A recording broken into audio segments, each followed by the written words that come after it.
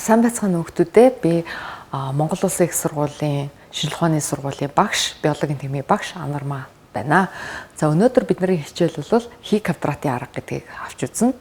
За энэ дээр нөө хий квадратын аргыг бид нэр генетик шинжилгээнд хэрхэн ашиглах вэ гэдэг жишээн дээр авч үзнэ. Бид нар одоо юу гэдгийг энэ дээр нэг асуултаар эхлэе. Бид нар нөгөө Менделийн харьцаа гэдэг асуудлаа мэдж байгаа. Тэгэхээр энэ Менделийн харьцаа бодит туршилтаар яг гардггүй гэдэг одоо тийм асуулт тавьж гин гэж үзье л та. За одоо жишээлбэл бид нар нөгөө нэг хичээл дээр та бүхэн мэдж байгаа нөгөө буурцагны шар болон ногоон гэдэг асуудал гарч ирдэг. За бид нар онлын дагуу бол энэ чинь 3-1 гэсэн харьцаатай байх хэрэгтэй. Тэгэхээр хэрвээ бид нарт 100 буурцаг буюу 100 үр байлаа гэхэд тэрний 75% шар 25 ногоон байх хэрэгтэй. За тэгвэл яг ингээд боддоор ингээд буурцаг тариад үзсэн чинь 70 шар 30 ногоон гарчлаа. Тэгвэл эн чинь үнэхээр энийг онлын дагуу байж чадж гинүү? Эсвэл энэ дээр гарч байгаа зүрх нь одоо бодит ялгаа юу эсвэл самсргүйгээр юм гарч уу гэдэг ийм асуулт тавьж болж байна гэсэн. За тэгвэл энэ дээр хий квадратын аргаар бид нар асуултанд хариулж болж байна. За энд бид нар нэг хоёр ямиг ойлгох ёстой нь юу вэ гэвэл нэгдүгürt ажиглагдсан утга дараа нь хүлээгдэж байгаа утга гэдэг хоёр ойлголт байгаа. За жишээлбэл энэ дээр ажиглагдсан утга гэдэг нь юу хэлж байгааг бол бодит туршилтаас ингээд гарсан үр дүн. За нөгөө талд бол хүлээгдсэн утга гэж байгаа да. Тэгэхээр бид нар онлын дагуу бол энэ дээр 3-1 гэсэн харьцаагаар 75 шар 25 ногоон гэдэг юм байхад байгаа. За одоо энийг арай өөр жишээн дээр бид нар авч үзэх юм бол хэрвээ эрэгтэй эмэгтэй хүмүүс ямар нэгэн байдлаар худалдан авалт хийхдээ ямар ч ялгаагүй хүүсийн ялгаагүй байдаг гэж үзэх юм бол эрэгтэй нь 50%, эмэгтэй нь ч бас 50% байх хэрэгтэй. Тэгэхээр энэ 50-50 гэдэг ийм худалдан авалт байх юм байна. Тэр бол бидний хүлээгдэж байгаа утга. Гэтэл тэр эмэгтэй нь одоо юу гэдгийг ихэнх худалдан авалтын 75% нь эмэгтэй байлаа гэж үзэхэд тэр нь бол бидний ажиглагдсан утга болж өгнө гэсэн үг. За бидний үндсэн зорилго бол энэ юу байгаа вэ гэвэл энэ ажиглагдж байгаа утга, хүлээгдэж байгаа утга хоёрын зөрүүг нь олоод энэ зөрүү маань хэр зэрэг үнэмшилтэй юм бэ? Энэ зөрүүг самсргүйгээр бид нар олоод авчуу эсвэл энэ зөрүү нь одоо юу гэдэг үнэхээр ямар нэгэн байдлаар өөр одоо юу гэдэг учир шалтгааны улмаас ингэж гарсан зөрүү юу гэдгийг одоо олж тогтооно гэсэн үг. За түрүүний жишээн дээр аваад үзэх юм бол хэрвээ хүүсийн хувьд эрэгтэй ч бай эмэгтэй ч адилхан ингэж худалдан авалт хийдгээ гэх юм бол бид нар бол худалдан авалт хийсэн нийт тоон 100 байлаа гэж үзэхэд 50 эмэгтэй хүн худалдаж авсан, 50 эрэгтэй хүн худалдаж авсан гэж үзэх нь байна. Гэтэл 75 эмэгтэй хүмүүс худалдаж авсан байх юм бол энэ маань хэр зэрэг их зөрүү вэ гэдэг үнэмшилтэй вэ гэдэг асуулт гарч ирнэ гэсэн. За одоо жишээлбэл энэ дээр харж үзье. Бид нар түрүүний жишээ дээр бидний саяны жишээн дээр бол нөгөө 70-75 гэж байсан. Тэгэхээр энэ дээр ерөөсө тооны хувьд бол ерөөсө 5-ны зөрүү байна. Тэгэхээр энэ 5хан маань нэг их зөрүү биш байж болж байгаа юм тийм. За тэгвэл энэ дээр нөгөө нэг бид нар онлын хувьд бол 75 байх хэрэгтэйсэн чинь бид нар 40 ширхэг шар вандуу байлаа гэж үзье. Тэгвэл энэ дээр бидний энэ зөрүү нь 35-ын зөрүү байж болно. Тэгэхээр энэ 35-ын зөрүүг юу илэрхийлж байна гэвэл энэ Менделийн дүрм чинь биелэхгүй байгаа юм биш үстэй гэдэг асуултыг тавьж байна гэсэн. За энэ тохиолдол дээр бол энэ 5-ын зөрүү байгаа нөхцөлд бол тэгвэл энэ Менделийн хууль маань хэрэгжээд байгаа юм биш үү гэдэг ийм асуулт тавьж байна гэсэн. За гэхдээ энэ дээр одоо дахиад нэг асуулт тавьж байгаа нь юу вэ гэвэл бид нар хэдийн тооны зөрүү байгааг үнэхээр жигнэсээ зөрүү гэж үзэх юм бэ? Өөрөөр хэлбэл 35-ын зөрүү гарсныг бид нар үнэхээр энэ зөрүү энэ Менделийн хууль хэрэгжихгүй байна гэж үзэх юм уу? Эсвэл энэ 5-ын зөрүү гарсныг бид нар энэ зөрүү байна, Менделийн хууль хэрэгжихгүй байна уу гэж үзэх юм уу гэдэг ийм асуулт тулгарч байна гэсэн үг. За тэгвэл энэ хий квадратын арга гэдэг маань энэ дээр хариулт өгдөг арга байна.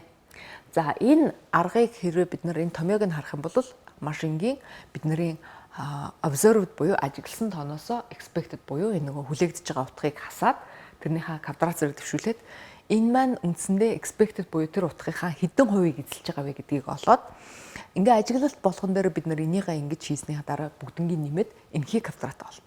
За энэ хий квадратаа олсны дараа бид нар энийгээ тодорхой нэгэн утгатай харьцуулж үзсний үндсэн дээрээс тодорхойлдог байна. За одоо энийг хэдүүлээ ингэж жишээн дээр аваад үзье. За ингээд бид нар энийг бол мэдж байгаа. Нөгөө Менделийн хуулиараа хэрвээ хоёр гетерозигот организмыг хооронд нь нөхцөлдүүлэх юм бол А гэдэг гамет маань А гэдэг гаметтэй нийлээд энэ дээр АА гэдэг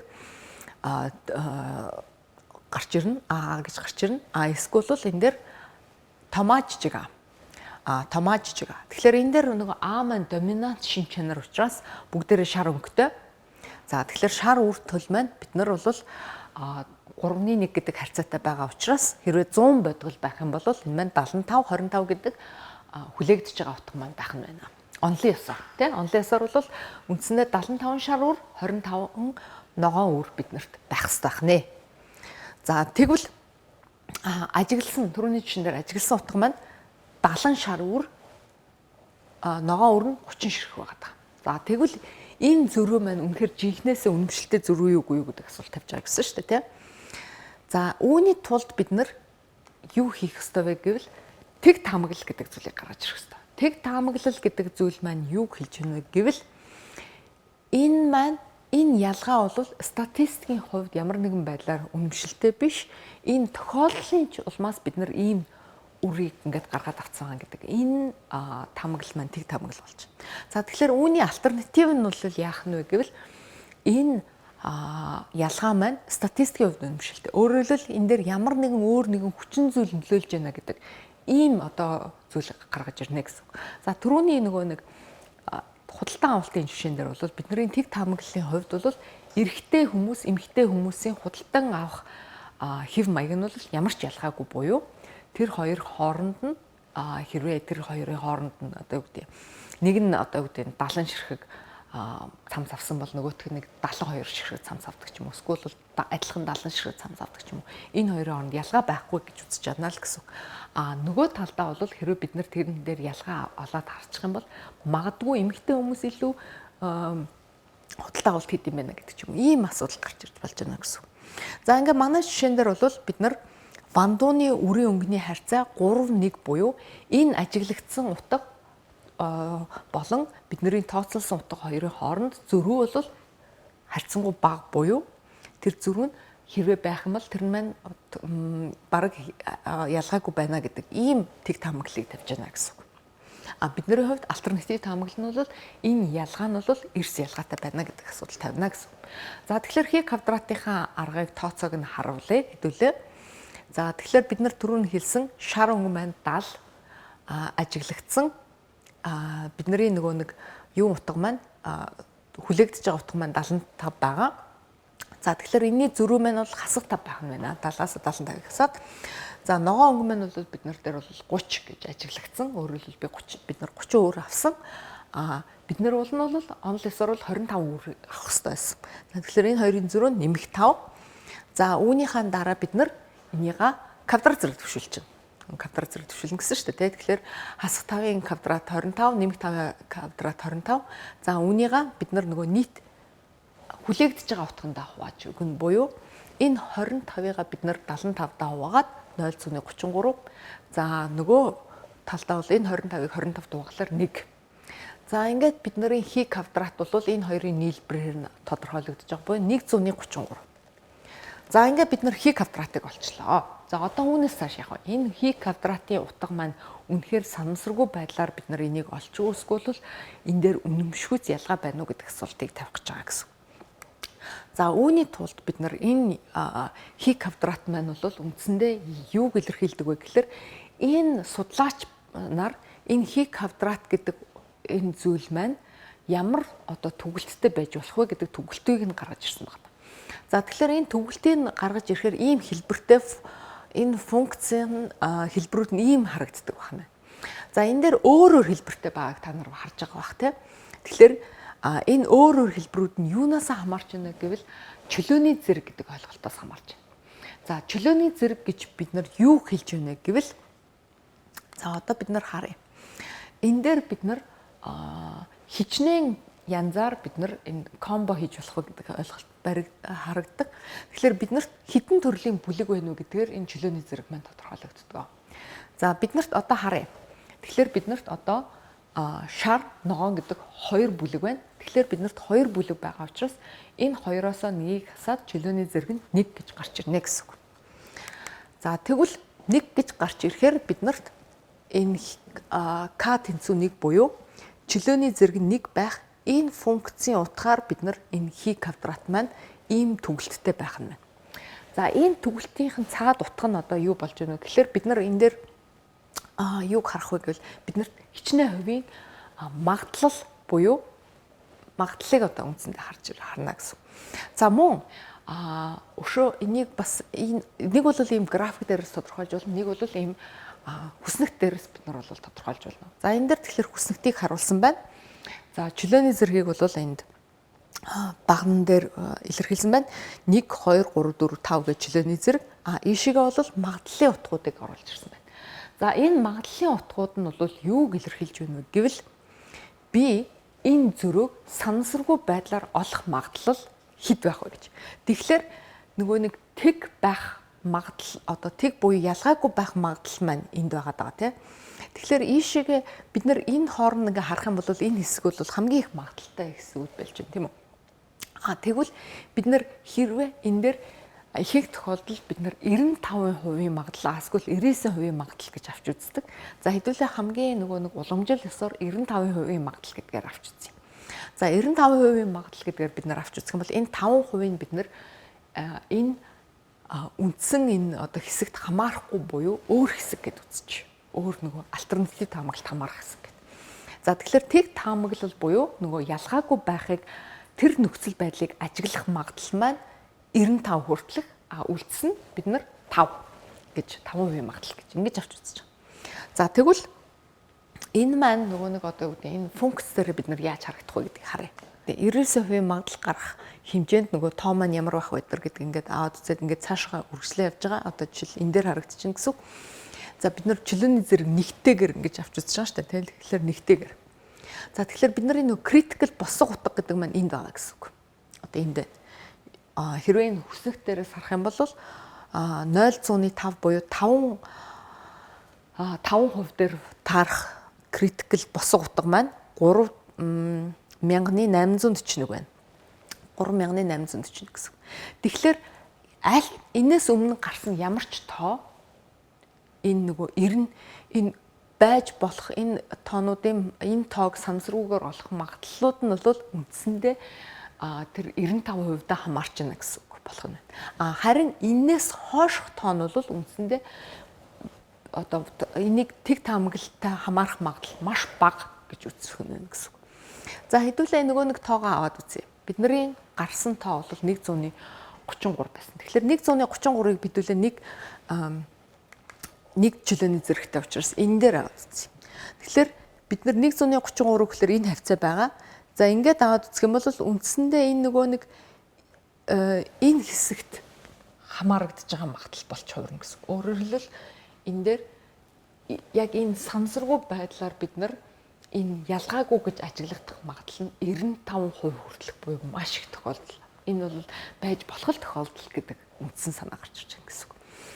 За хэрвээ ямар нэгэн байдлаар бид нар санамсаргүй байдлаар нөгөө хий квадратыг бодсон чинь чөлөөний зэрэг нь 1 байх үед буюу энэ хоёрхан ингээд нөгөө бүлэгтэй байх үед хий квадратын утга маань одоо жишээлбэл 5 гарсан байх гэж үзье. Тэгэхээр тэр 5 гэдэг утгыг ингээ хэрвээ бид нар харах юм бол энэ дээр магадлал нь маш бага харагдчихна гэсэн үг. Магадлал нь маш бага болно гэсэн. Тэгэхээр энэ магадлал нь одоо энэ дээр маш бага байна гэдэг нь юуг илэрхийлж байна гэвэл бид нар тэр санамсаргүй байдлаар тийм ялгаа олж харах магадлал нь бол маш бага байсан гэдэг тэр утгыг илэрхийлж байгаа гэсэн санаа олж байна гэсэн. За энэ нөгөө хий квадратын энэ функц маань түрүүний хэлдгээр юунаас хамаарч байгаа? Чөлөөний зэргээс хамаарч байгаа. За хэрвээ чөлөөний зэрэг нь хэрвээ 2 байвал яах вэ гэдэг асуудал гарч иж байна. 2 буюу бид нар 3 бүлгийг харьцуулж байгаа гэж үзье. Тэгэх юм бол бид нар ингээ харах юм бол нөгөө бидний босго утга маань 5991 буюу бараг л 6 орчим болж байна гэсэн.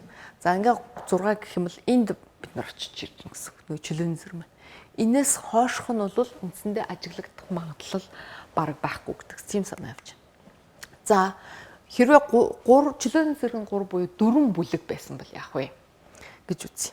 4 бүлэг. Жишээлбэл одоо юу гэдэг 4 өөр өнгөний бүлэг. За хар цагаан, улаан шар гэдэг ч юм уу тийм байсан бол яах вэ гэхлээр энэ дээр нөгөө 0.5 буюу 5% гэдэг магадлал авч үзэх юм бол босго утга маань 7815. За энэ дээр ингээ харах юм бол бид нар энэ дээр очиж гин гэсэн. За бид нар энэ чөлөөний зэрэг 3 гэхлээр энэ цэнхэр маань байна.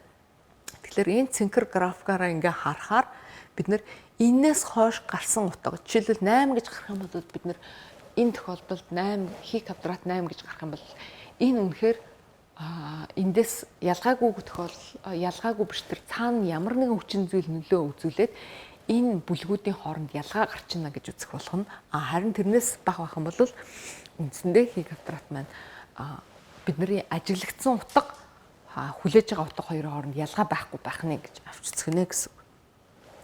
За одоо ингээд бид нар нэг юугаа харъя, буцаад жишээлгөө оръё. За тэгэхээр бид нар буцаад жишээлгөө орох юм бол бид нар нөгөө категорийн тооноос нэгийг хасна гэж хэлсэн чөлөөний зэрэг. Тэгэхээр биднэрт хоёрхан бүлэг байсан. Шар болон ногоон гэд.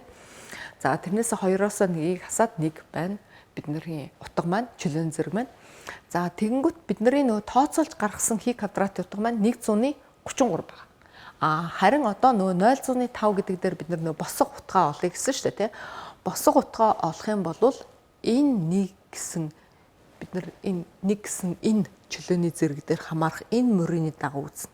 Тэгэхээр энэс хойш энэ босго утга 0.5 гэсэн магадлалтай харгалзах босго утга бол энэ дээр гарч ирж байна. Тэгээ энийг олох юм бол бид нар энэ хүснэгтээс олох юм бол 3 бүхэл 1841 гэсэн энэ утга байгаа гэсэн. Тэгэхээр бид нар энэ утгаас дотгош орж ирэх юм бол бид нар энийг санамсаргүй тохиолдол байсан байна. Энэс цаашаа байх юм бол энэ дээр ямар нэгэн байдлаар өөр хүчин зүйл үйлчилжээ гэж үзээд тэг таамаглал маань хязгаагдана гэсэн.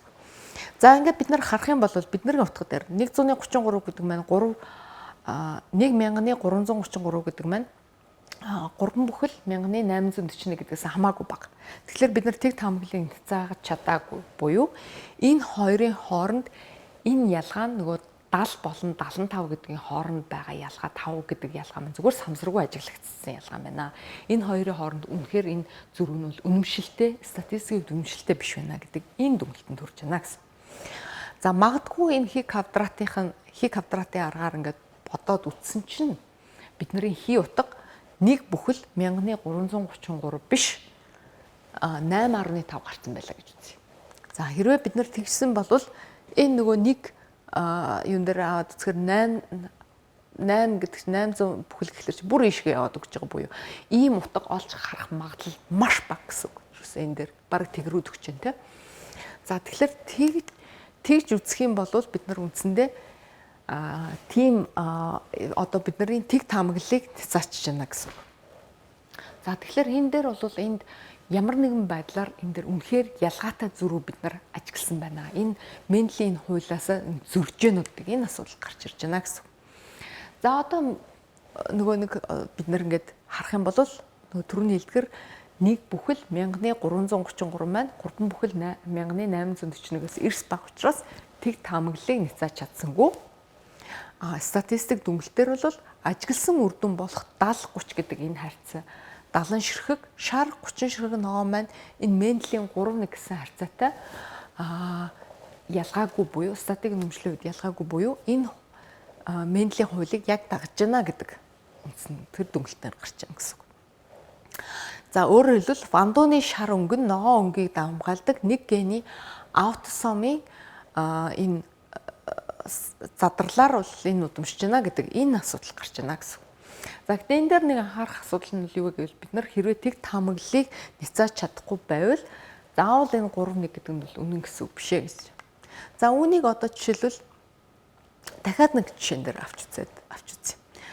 За биднэрт дахиад энэ оюутан Вандууны 100 үрийг ингээд тоосон гэж үзье л да. Тэгэхэд бидний хомозигот нь бол 52, гетерозигот нь 30 харин дахиад энэ рецессив гомозигот нь бол 18 гарлаа. Тэгвэл бид нар энэ дээр нэг харьцах нь 2, харьцах нь 1 буюу энэ дээр кодоминант гэдэг энэ байдлыг гэж гарч ирж гэнэ үү гэдгийг шалгая гэж үзье. За тэгэхээр биднэрт одоо энэ дээр 3 ингээд хэсэг бүлэг гарч ирж байна. АА гэдэг генотиптэй, тэгээ гетерозигот, рецессив гомозигот гэж. За ингээд бид нар нөгөө ажигласан утга маань бол 52, 30, 18 байна. Хүлээгдэж байгаа утга маань бол бид нар мэдж байгаа. Эн чинь 25, 50, 21 1 2 1 гэж харьцахаар 100 дээр бол 25 50 25 гэж гарч ирж байгаа тийм. За тэгэхээр энийхээ хэдүүлээ бодъё. За ингээд бодохоор 52-оос 25-ыг хасахаар 27, 30-аас 50-ыг хасах 20, 18-аас 25-ыг хасаад хасах 7. За эднэрээ бүгдийг бид нар квадрат зэрэг дэвшүүлнэ гэсэн. Тэгэхээр 27 квадрат зэрэг дэвшүүлээд 729, хасах 20-ыг квадрат зэрэг дэвшүүлээд 400, хасах 7 квадрат зэрэг дэвшүүлээд 49. За ингээд квадрат зэрэг дэвшүүлчихээр эдгээр бүгдээрээ эерэг тоо болчихж байгаа. За эднэрийн хооронд нь бүгднийг бид нар ажиглагдсан утгынхаа хэдэн процент буюу хэдэн хувийг эзэлж байгаа вэ гэдгийг олж байгаа. Тэгэхээр энэ 729-ыг бид нар эргүүлээд энэ 25 хувааж өгнө. Тэгэхээр энэ дээр 29 1160 гарч байна. 450 дуухлаар 8, 49-ийг 25 дуухлаар нэг бүхэл 1960 гарч ирж байна. За тэгэхээр бид нар нөгөө бүгднгийн ингээд хооронд нь нэмнэ гэсэн шүү дээ. Ингээд за бүгднгийн нэмэнгүүт 3912. За 3912 гэд бид нар түрүүн нь болохоор нэг бүхэл 1333 гэдэг тоо гаргаж авч байсан те. Тэгвэл энэ дээр бид нар тэгвэл бүр илүү юм тоо гаргаж авч болдго юм байна. За одоо бид нар нөгөө эргүүлээд одоо энэ маань статистикийн хувьд хэр үнэмшилтэй вэ? Энэ зөрүү үнэхээр үнэмшилтэй юу, үнэмшилгүй юу гэдэг асуултанд хариулахын тулд нөгөө хий квадратын критикал буюу босго утгыг олно. За босго утгыг олохын тулд бид нар нөгөө түрүүн хэлсэн нөгөө бид нар чөлөөний зэрэг гэдэг юм маань хэрэгтэй. Чөлөөний зэрэгээ бол бид нар нөгөө бүлгийн тооноосоо нэгийг хасаж олно гэж бид нар ярьсан. Тэгэхээр биднэрт одоо энэ дээр хэдэн бүлэг байна вэ гэхээр үндсэн 3 бүлэг байна. Доминант гомозигот, гетерозигот, тэгээд рецессив гомозигот гэдэг. За энэ 3 бүлгээс нэгийг хасахаар биднэрт чөлөөний зэрэг маань үндсэндээ 2 болж байна гэсэн. Тэгэхээр 2 гэдэг чөлөөний зэрэг дээр нөгөө бид нар 5% магадлалаа авч үзээд босго утгаа олно тэ. Тэгэхээр энийг буцаагаад нөгөө энэ дээрээ харах юм бол биднэрт чөлөөний зэрэг нь 2 гэхээр энэ ногоон функцээр бид нар магадлал нь илэрхийлэгдэж байгаа энэ хий квадрат утга маань байна. Тэгэхээр энэ ногооныг ингээд бид нар хэдүүлээ ингээд харъя. За тэгэхээр энэ дээр нөгөө 0.5 буюу магадлал нь бол 0.5-аас бага хэсгүүд бол бүгдээр энэ хэсэг дээр байгаа. Энэс энэ шиг нь болохоор чинь энэ нөгөө 95% магадaltaй орж байгаа тийм. За тэгэхээр бидний босго утга маань энэ дээр ойролцоо байгаа юм байна. За өөрөөр хэлбэл эсвэл бол энийг хүснэгтээс бид нар харах юм бол 2 гэдэг дээр хараад 2 чөлөөний зэрэгтэй, 3-аас хасах нэг 2 чөлөөний зэрэгтэй. Тэгээ 0.5 гэдэг дээр харахаар 5 бүхэл 1991 гэж гарч ирж байна. Өөрөөр хэлбэл бараг л ойролцоогоор 6 гэдэг тоо гарах нь.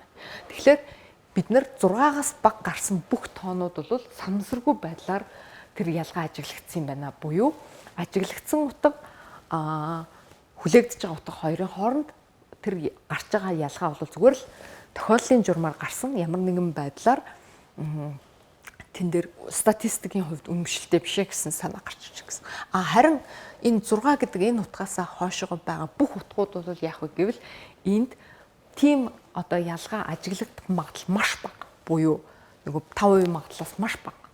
Ялгаа маш бага. Одоо 1% ч юм уу эсвэл бол одоо юу гэдэг юм бүр магадгүй 0.25% гэдэг ч юм уу ийм маш бага магадaltaй байх нь буюу энэ ялгааг самсаргүйгээр ингэж олж авах магадлал маш бага юм байна гэдэг санаа энэ дээр явж байгаа гэсэн.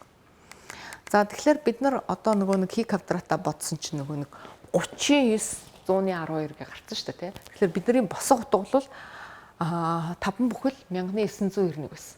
Өөрөөр хэлбэл энэ маань бол маш их байгаад байгаа гэсэн үг. Энэ 599 гэдгээр. Тэгэхээр бид нар ингээ харах юм бол бүр ишиг яваад өгч чинь гэсэн үг шүү дээ. Тэгэхээр энэ утгыг самсаргүй байдлаар олж авах магадлал маш бага. Бараг л тэгтэй тэнцүү гэсэн үг болж байгаа гэсэн.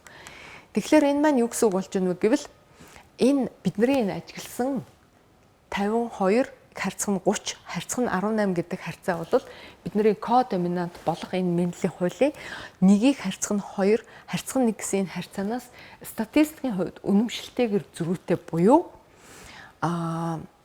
ялгаатай байна гэд бидний тэг тамгал няцаагдчихж байна. За өөрөөр хэлбэл энэ өгөгдөл бол энэ кодоминантын энэ дүрмтэй таарахгүй байна гэдэг асуулыг ярьж байна гэсэн. За энэ таарахгүй байна гэдэг нь түрүүний хэлдгээр бид нэр эргүүлээд энэ маань худлаа гэсэн үг биш шүү гэж хэлээд байгаа нь тэр асуудал байгаа. За тэгэхээр энд ми түрүүний хэлдэг энэ дээр хүүхдүүдийн гаргадаг түгээмэл алдааг бол би энд харуулж байна. За тэгэхээр энд ялгаа байна. Тэгэхээр Менделийн дүрм маань буруу юм байна гэж үзвэл асуудал болох юм байна. Харин энэ дээр бол бид нар бол шууд ингээд нөгөө ялгааг нь харчаад тэр ялгаа маань хэр зэрэг үнэмшилтэй ялгаа вэ гэдэг асуудлыг гаргаж ирэх хэрэгтэй.